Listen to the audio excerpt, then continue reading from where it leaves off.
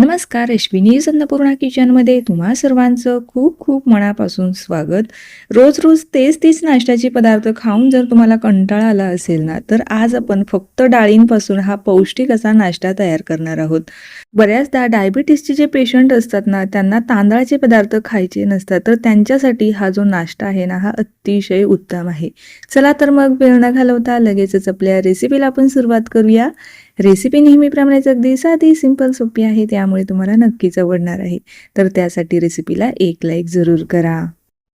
तर फक्त 2च डाळी वापरून हा नाश्ता आपण तयार करत आहोत. घरातल्या एकाच वाटीने मोजून 1 वाटी आपल्याला उडीद डाळ घ्यायची आहे आणि सेम वाटीने आपल्याला मूग डाळ घ्यायची आहे. आता इथे मी 2च डाळी घेतलेल्या आहेत. तुम्हाला जर वेगवेगळ्या प्रकारच्या डाळी घ्यायच्या असेल ना, तर तुम्ही हे सगळे समप्रमाणात किंवा अर्धी-अर्धी वाटी सगळ्या तुम्ही डाळी इथे घेऊ शकता. त्यानंतर साधारणतः 1 चमचाभर मेथी दाणे घातलेले आहे. या डाळी आपल्याला स्वच्छ धुवायच्या आहे आणि एक 5 ते 6 तास आपल्याला यांना भिजत ठेवायचं आहे. तर हा जो आज नाश्त्याचा पदार्थ आपण तयार करत आहोत ना, यामध्ये आपल्याला सोडा किंवा दही, रवा, तांदळाचं पीठ, इतर कुठलेही पीठं आपण न टाकता हा फक्त डाळीपासून तयार होणारा नाश्ता बनवणार आहोत. त्यामुळे अजूनच तो छान टेस्टीही लागतो आणि पौष्टिकसुद्धा होणार आहे. लहान मुलंसुद्धा आवडीने खातील एवढा छान हा नाश्ता तयार होतो. आता स्वच्छ धुवून घेतल्याच्या नंतर याला आपल्याला 5 ते 6 तास भिजत ठेवायचं आहे. फक्त आपल्याला एक गोष्टीची काळजी घ्यायची आहे. डाळी जेव्हा आपण स्वच्छ धुतो ना, अगदी आपल्याला 2 ते 3 पाण्याने स्वच्छ धुवायचे आहे. कारण त्यानंतर जे डाळीचं पाणी आहे ना, ते आपल्याला फर्मेंट होण्यासाठी यूज करायचं आहे, वापरायचं आहे. त्यासाठी आपल्याला डाळ स्वच्छ धुवून त्यानंतरच भिजत ठेवायची आहे. आता हे जे पाणी आहे ना, फेकून न देता आपल्याला तेच पाणी वापरून ही डाळ वाटायची आहे. मिक्सरच्या भांड्यामध्ये डाळ काढून घेतलेली आहे. थोडंसं पाणीसुद्धा घ्यायचं आहे, जेणेकरून मस्त अशी पेस्ट तयार होण्यास मदत होईल. तर हे पहा, मस्त अशी जमेल तितकी आपल्याला फाईन पेस्ट आपल्याला याची तयार करून घ्यायची आहे. संपूर्ण पेस्ट तयार करून झालेली आहे. त्यानंतर हे जे पीठ आहे ना, एक 3 ते 4 मिनिटं हलकं होईपर्यंत आपल्याला हे एकाच डायरेक्शनने फेटून घ्यायचे आहे, जेणेकरून त्यामध्ये जी हवा भरली गेलेली आहे ना, ती मोकळी होण्यास मदत होईल. तर एक 3 ते 4 मिनिटं हलकं होईपर्यंत आपल्याला छान असं फेटून घ्यायचं आहे आणि त्यानंतर आपल्याला हे रात्रभरासाठी फर्मेंट करत ठेवायचं आहे. जेव्हा आपण अशा पद्धतीने फर्मेंट करतो ना, तेव्हा आपल्याला यामध्ये खाण्याचा सोडा किंवा इनो वापरण्याची गरज लागत नाही. तर ही अगदी पारंपरिक पद्धत आहे. बरेच जण इन्स्टंट पद्धतीने सुद्धा हा जो नाश्ता आहे ना, हा तयार करतात. जर तुम्हाला वेळ नसेल तर तुम्ही अगदी इन्स्टंट पद्धतीने जर बनवायचं असेल ना, यामध्ये अर्धा चमचा खाण्याचा सोडा सुद्धा वापरू शकता. परंतु वेळ असेल ना, तर अशा पद्धतीने हे पीठ फर्मेंट करून नक्की बनवा, कारण पौष्टिक सुद्धा होणार आहे. तर हे मी रात्रभरासाठी साधारणतः 10 ते 12 तास हे फर्मेंट करून घेतलेलं आहे. पीठ सुद्धा छान असं फर्मेंट झालेलं आहे. फक्त आपल्याला हे जे पीठ आहे ना, जेव्हा आपण फर्मेंट होण्यासाठी ठेवणं, थोडेसे उबदार ठिकाणी ठेवायचं आहे, म्हणजे पीठ आपलं छान असं फर्मेंट होणार आहे. आता हे जे पीठ तयार झालेलं आहे ना, यापासून डोसे खूप छान होतात. अप्पे तुम्ही बनवू शकता, इडली ही खूप छान होते. यामध्ये आपल्याला काही खाण्याचा सोडा वगैरे टाकण्याची आवश्यकता लागत नाही. पीठ छान फर्मेंट झालेलं आहे. आता हे पीठ आपलं तयार झालेलं आहे ना, यातले मी अर्ध्याच पिठाचा हा नाश्ता तयार करणार आहे. साधारणतः 3 ते 4 जणांसाठीचा नाश्ता आपण तयार करत आहोत. बाकीचं राहिलेलं पीठ तुम्ही फ्रीजमध्ये ठेवून किंवा तुम्हाला जर वेगवेगळे पदार्थ बनवायचे असेल ना, ते सुद्धा बनवू शकता. भरपूर सारे पदार्थ ह्या डाळीच्या पिठापासून तुम्ही बनवू शकता.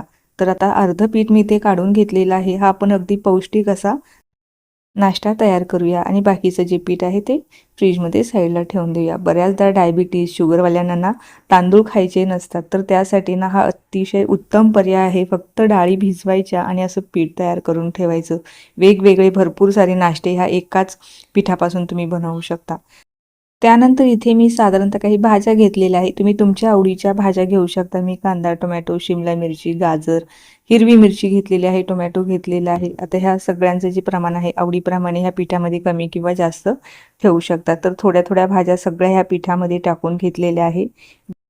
त्यानंतर याच्यातच आपल्याला चवीपुरतं मीठ टाकून घ्यायचे आहे आणि काही सुखे मसाले सुद्धा टाकायचे आहे. घरातलेच बेसिक मसाले आपण यामध्ये घालणार आहोत. तर त्यामध्ये साधारणतः पाव चमचा हळद पावडर घातलेली आहे, पाव चमचा इथे मी गरम मसाला घातलेला आहे, पाव चमचा लाल मिरची पावडर घातलेली आहे. सोबतच आपल्याला यामध्ये पाव चमचा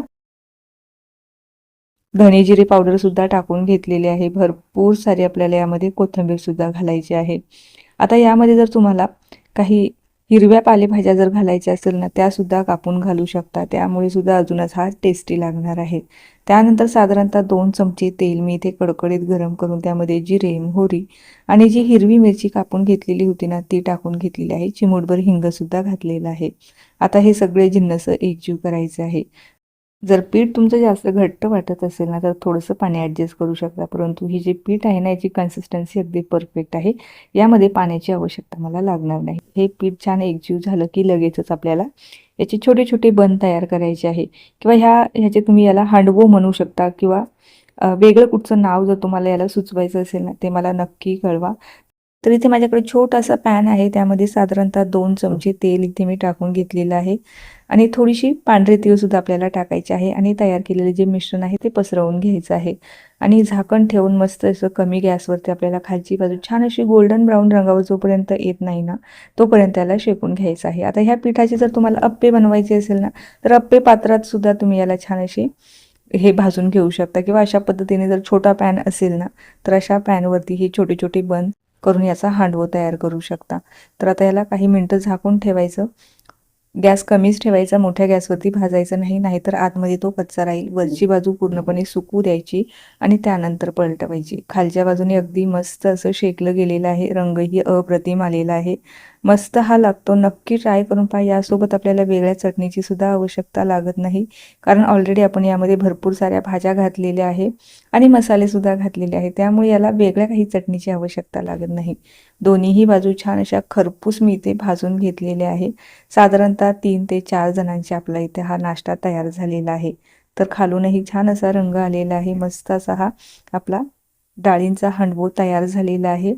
खायला तर इतका छान लागतो ना, अगदी तुम्ही गरम गरम जर खायला घेणार ना तर 2 ते 3 बन तर आरामातच खाणार, एवढी मला खात्री आहे.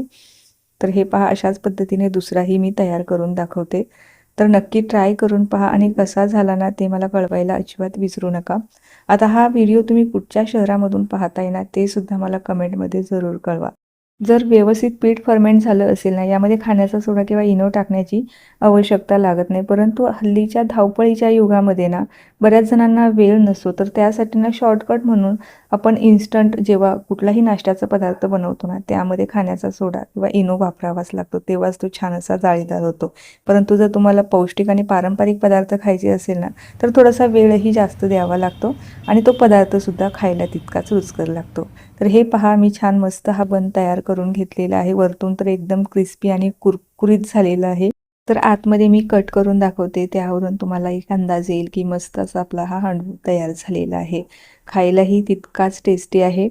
जर तुम्हाला खायचाच असेल तर दह्यासोबत किंवा एखाद्या गोड चटणीसोबत किंवा पुदिन्याच्या चटणीसोबत सुद्धा हा खाऊ शकता, किंवा नुसताचही खाल्ले ना तरीही चालतं. तर मग ही रेसिपी तुम्हाला जर आवडली असेल ना तर नक्की लाईक करा. जास्तीत जास्त तुमच्या मित्रपरिवाराबरोबर तसेच नातेवाईकांबरोबर सुद्धा शेअर करा. तुम्ही जर माझ्या ह्या रेसिपीज पहिल्यांदाच बघत असाल, चॅनलवर जर तुम्ही माझ्या नवीन असाल, चॅनल अजून सबस्क्राईब केले नसेल तर नक्की सबस्क्राईब करा. त्या बाजूचे जे बेल आयकॉन आहे ते सुद्धा प्रेस करा, म्हणजे जेव्हाही माझे नवीन व्हिडिओज येतील ते तुम्हाला सगळ्यात अगोदर पाहायला मिळतील. चला तर मग पुन्हा भेटूया अशाच काही नवीन रेसिपीसोबत. तोपर्यंत धन्यवाद.